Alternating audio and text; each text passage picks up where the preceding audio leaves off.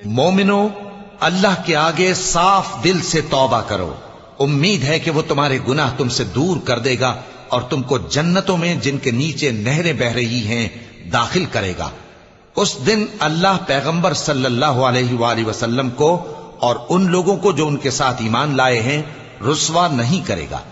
بلکہ ان کا نور ایمان ان کے آگے اور داہنی طرف روشنی کرتا ہوا چل رہا ہوگا، اور وہ اللہ سے التجا کریں گے کہ اے پروردگار، ہمارا نور ہمارے لیے پورا کر اور ہمیں معاف فرما، بے شک اللہ ہر چیز پر قادر ہے۔ اے پیغمبر صلی اللہ علیہ وآلہ وسلم،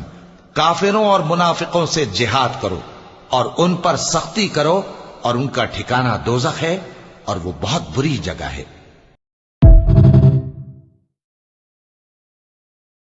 مومنو، اللہ کے آگے صاف دل سے توبہ کرو، امید ہے کہ وہ